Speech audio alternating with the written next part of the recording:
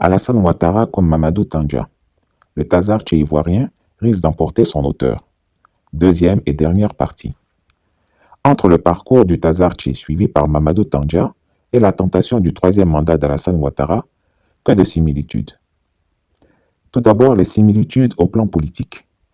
La perte de son principal bras droit. Alassane Ouattara a obtenu le soutien d'une coalition qui lui a permis de gouverner pendant 10 ans dans la stabilité et la sécurité. Avant, pendant et après la crise armée, il a obtenu l'appui de Guillaume Soro, son plus fidèle allié, pour l'imposer au palais et affermir son trône présidentiel. Guillaume Soro, c'était un peu son Hama Amadou, l'homme qui prenait tous les coups pour lui, qui défendait sa politique et affrontait ses adversaires, politiquement et militairement, afin qu'il ait du répit. Autant Mamadou Tandja a évincé Hama Amadou de la primature par un vote de défiance de la majorité parlementaire MNSD et l'a fait mettre aux arrêts, autant le président Ouattara a contraint Guillaume Soro à la démission du perchoir de l'Assemblée nationale, où pourtant leur parti commun avait une majorité absolue.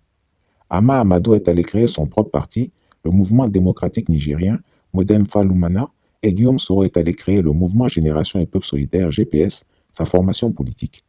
À la différence d'Hama Amadou, Guillaume Soro a échappé à une arrestation parce que son avion a été dérouté à la dernière minute, mais il a écopé d'une condamnation judiciaire, comme son jumeau nigérien, et ses partisans ont été arrêtés en masse et emprisonnés. Perte de son principal soutien politique. Mamadou Tandja est issu de l'ethnie minoritaire Kanuri, métissage de Peul et de Soninké. Il fut le premier président du Niger qui ne soit pas issu des groupes ethniques Hausa ou Djerma. Au Niger, le poids des groupes ethniques est réparti comme suit. Les Hausa, 47%, les Djerma ou Zerma, 18%, les Peul, 8%, les Amazighs, 4,8% et les Kanuri, 4,2%. Mamadou Tandja, après avoir échoué 2 fois à l'élection présidentielle, en 1993 face à Mahaman Ousmane et en 1996 face à Ibrahim Baré Maïnassara, n'avait aucune chance de devenir président de la République du Niger s'il ne bénéficiait pas du soutien d'une puissante tribu. Il trouva son salut en Mahaman Ousmane. En effet, Mahaman Ousmane, économiste socio-démocrate, fut le premier président de la République du Niger élu démocratiquement en 1993 et renversé en 1996 par un coup d'État du général Maïnassara. Lors de la présidentielle de 1999, face à son adversaire Mahamadou Issoufou, issu de l'ethnie Haoussa, Mamadou Tandja avait très peu de chance s'il n'obtenait pas le soutien d'un puissant allié. C'est ainsi qu'il se retourna vers Mahaman Ousmane, son ancien adversaire politique, le priant d'appeler sa communauté à voter pour lui. C'est donc ce dernier qui pesa de tout son poids et de tout son prestige d'ancien chef d'État pour que le vote Haoussa ne se reporte pas systématiquement sur Mahamadou Issoufou, le Haoussa, et bascule en faveur de Tandja, le Kanuri. En Côte d'Ivoire, Alassane Ouattara, issu de l'ethnie malinké, ne pouvait devenir président sans le soutien électoral d'une puissante ethnie. Candidat au deuxième tour face à Laurent Gbagbo, il se tourna vers son vieil ennemi Henri Konan Bédié pour le supplier d'appeler les Akans à voter pour lui. Auréolé de son statut d'ancien chef d'État renversé par un coup d'État en 1999, le président Bédié lança un appel public à voter en faveur d'Alassane Ouattara. Et c'est le vote Akan qui permit à celui-ci de devenir président de la République en 2010. En somme, Mahaman Ousmane a apporté au second tour le soutien des Haoussa au candidat Tandja d'origine mauritanienne par son père, tout comme Bédié a apporté le soutien des Baoulés au candidat Ouattara d'origine voltaïque. Mais comme le fit Mamadou Tandja pour l'Assemblée nationale dirigée par son allié Mahaman Ousmane, le président Ouattara s'est attelé à dissoudre le PDCI de son allié Henri Konan Bédié. Lui et Tandja ont perdu leur puissant soutien politique et se sont mis dans une situation de fragilité politique extrême. Cela fut fatal pour le président nigérien. Pour le cas ivoirien, les choses sont en cours. La nomination d'un premier ministre noceur. Quand il a fait arrêter et emprisonner pendant 10 mois à la prison de haute sécurité de Koutoukale, son premier ministre Hama Amadou, Mamadou Tandja avait urgemment besoin d'un bourreau de travail à ses côtés. À plus de 70 ans, il n'avait pas la force d'un jeune homme et devait beaucoup déléguer. Hama Amadou, le secrétaire général de son parti, faisait si bien son boulot de Premier ministre que le président Tandja l'a gardé pendant 7 ans à ce poste, un record. Au Niger, à cette époque, on parlait de présidence laisse-guidon. Et une célèbre chanteuse nigérienne, Amso Garba, fit une chanson populaire dont le refrain était Tandja Yana Kwana, Mana Eki, ce qui signifie Tandja dort pendant que Hama travaille. Il nomma d'abord Seini Oumarou, qui démissionna pour se présenter aux législatives, puis finit par choisir Ali Badjo Gamatié. Ce fut son erreur. Gamatié fut présenté à l'opinion comme un grand cadre nigérien issu de la BCAO qui pouvait relever le Niger au moment où ce pays faisait face à l'une des plus graves crises politiques de son existence. Ali Badjo Gamatié se révéla un piètre Premier ministre qui préférait plus se promener à bord du Mont Bagazam, l'avion présidentiel, que réellement plancher sur ses dossiers. Il accompagnait aveuglément le président dans sa volonté de Tazarché. Quand les sanctions de la CEDEAO et de l'Union africaine ont commencé à pleuvoir sur le Niger, quand les capitales occidentales ont commencé à se fermer face aux diplomates nigériens et que les bailleurs de fonds ont commencé à serrer les cordons de la bourse, au moment où le Niger commençait à entrer en phase de famine, le nouveau Premier ministre, lui, festoyait avec ses copains pour célébrer sa nomination. Il tenta une tournée dans les capitales de la CEDEAO pour essayer d'expliquer le bien fondé du Tazarché, mais ne réussit à rencontrer aucun chef d'État francophone. Il tenta la même opération auprès des pays anglophones, mais le leadership du Nigeria sur la CEDEAO le ramena à la raison. Il rentra donc au pays et continua sa bamboula pendant que le Niger s'enfonçait dans une crise politique grave. En Côte d'Ivoire, un schéma similaire se dessine. Au moment où le pays est entré en crise politique, le président nomme un champion du Ndombolo à la primature. Là où un travail de conciliation et de consensus politique autour des élections est nécessaire, le nouveau Premier ministre pousse le président dans le dos à persister dans sa volonté de briguer un troisième mandat anticonstitutionnel et continue d'organiser des fêtes fastueuses à sa résidence. Le défilé des courtisans pour réclamer une prolongation du mandat. Après le décès du Premier ministre Amadou Gon Coulibaly, et sur le lieu même de ses obsèques, le président Ouattara a commencé à faire défiler des populations choisies à dessein pour venir le supplier de faire une prolongation de son mandat, bien que la Constitution lui interdise d'en rêver. Ce défilé lugubre s'est poursuivi pendant plusieurs semaines, pendant lesquelles on a vu des rois, des chefs traditionnels, des cadres issus des régions supplier le président de la République à accepter de faire un troisième mandat anticonstitutionnel. Certains ministres sont même allés jusqu'à verser des larmes en public dans leurs supplications. Le parti présidentiel a organisé un vaste conseil politique télévisé pour demander au président Ouattara de prolonger son mandat au-delà du terme constitutionnel, exactement comme l'ont fait les partisans de Mamadou Tandja. La coalition présidentielle explose. Quand Mamadou Tandja s'est mis en tête de Tazarché son mandat présidentiel, il a perdu le précieux soutien de ses alliés politiques qui avaient fait bloc derrière lui et avaient opéré un report des voix en sa faveur. Il a perdu outre Ama Amadou, qui a emporté avec lui une partie des cadres et des militants du MNSD, Mahaman Ousmane du CDS Rahama, Chefou Amadou de RSD Gashtia et Moumouni Adamou Djermakoy de l'ADNP Zaman Laïa.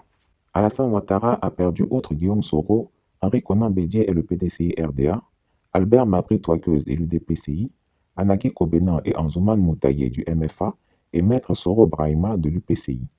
Il est réduit à la seule dimension du RDR, privé d'une grande partie de ses militants qui ont préféré suivre Guillaume Soro à GPS.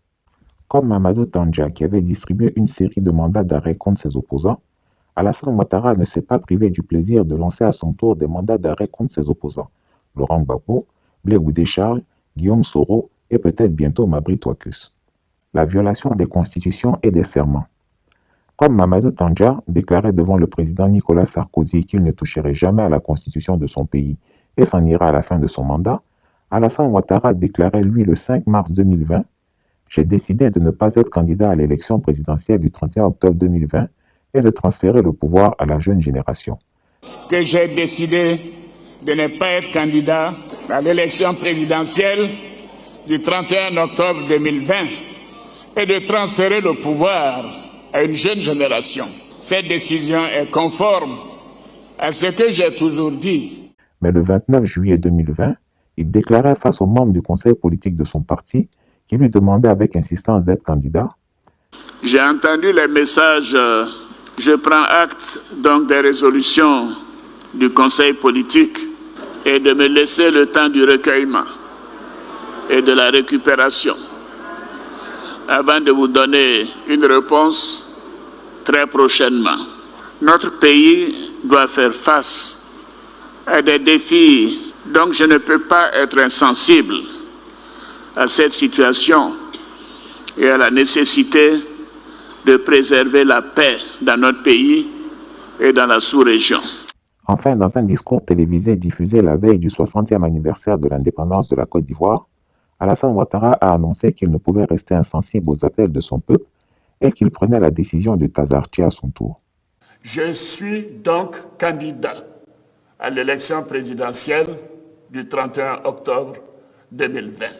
Pourtant, le président Ouattara sait très bien que la constitution de la Côte d'Ivoire l'empêche de briguer un troisième mandat. Et comme Mamadou Tandja, Alassane Ouattara a l'assurance que le président Nicolas Sarkozy le soutiendra et fera en sorte que la France le soutienne également au nom de la doctrine de la stabilité. La tension dans le pays. Le projet de troisième mandat rêvé par Alassane Ouattara a mis en péril la précaire paix civile retrouvée il y a juste une décennie.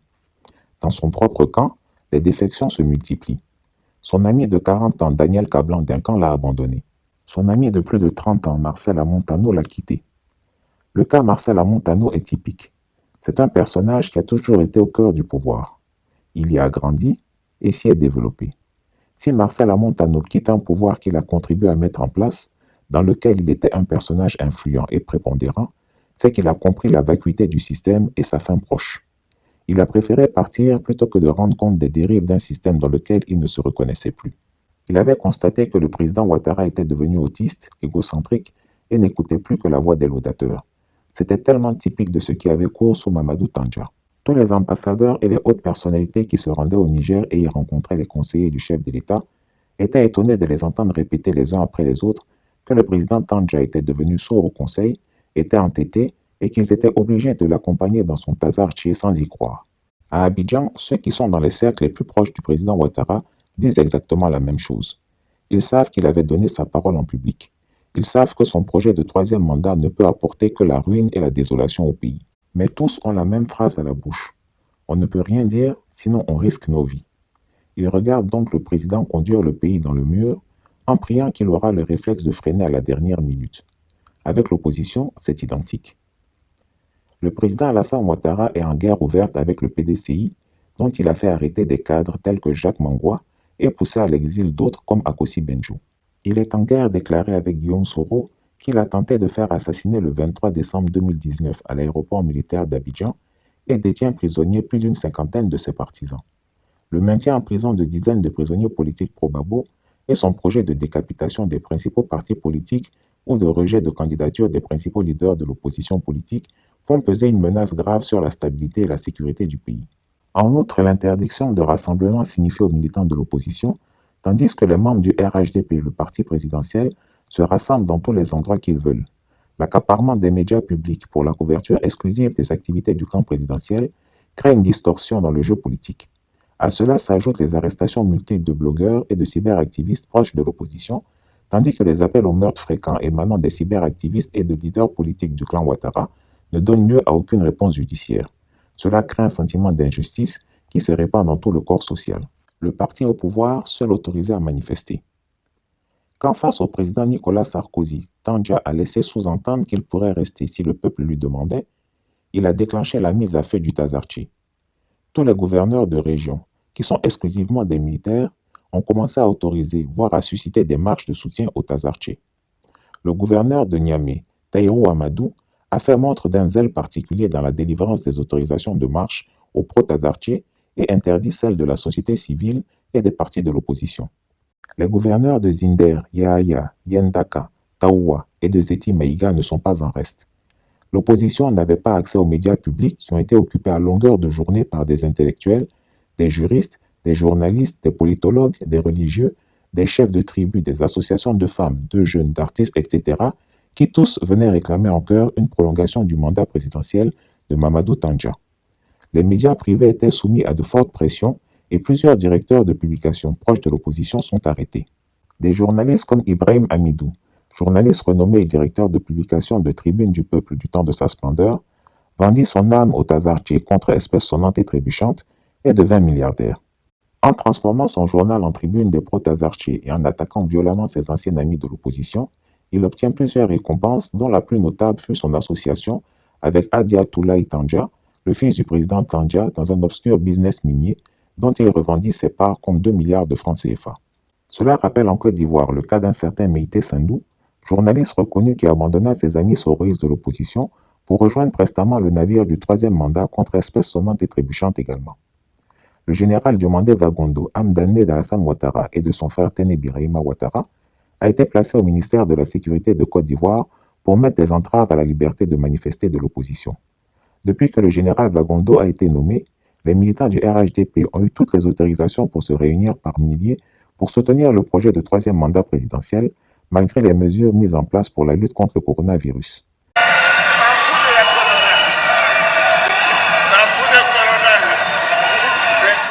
Mais sous ce même général Bagondo, l'opposition n'a reçu aucune autorisation de rassemblement pour manifester contre la décision du troisième mandat d'Alassane Ouattara. Similitude au plan sécuritaire. La subordination de l'armée. Comme Mamadou Tandja, Alassane Ouattara sent que son Tazarché est très risqué. La situation socio-politique délétère, couplée au mécontentement de l'armée que l'on déploie en première ligne face aux djihadistes, sans aucun matériel de protection et sans prime de guerre, le rendent particulièrement fragile. Il veut donc s'acheter un parapluie anti-putsch.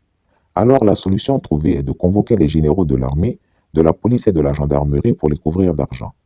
Comme chacun sait, chaque général est ressorti de son entretien avec le chef de l'État avec son enveloppe de 100 millions de francs CFA. Exactement comme Mamadou Tandja avait cadoté ses propres généraux de 50 millions de francs CFA et d'une villa. Le président Ouattara, suivant les traces de son modèle nigérien, fit convoquer les chefs de l'ancienne rébellion des Forces Nouvelles et leur fit remettre à chacun 50 millions de francs CFA afin d'obtenir la paix dans les casernes pendant qu'ils tenteraient de violer la Constitution pour briguer un troisième mandat. Mais et les soldats du rang? Rien, zéro. Oubliés comme au Niger.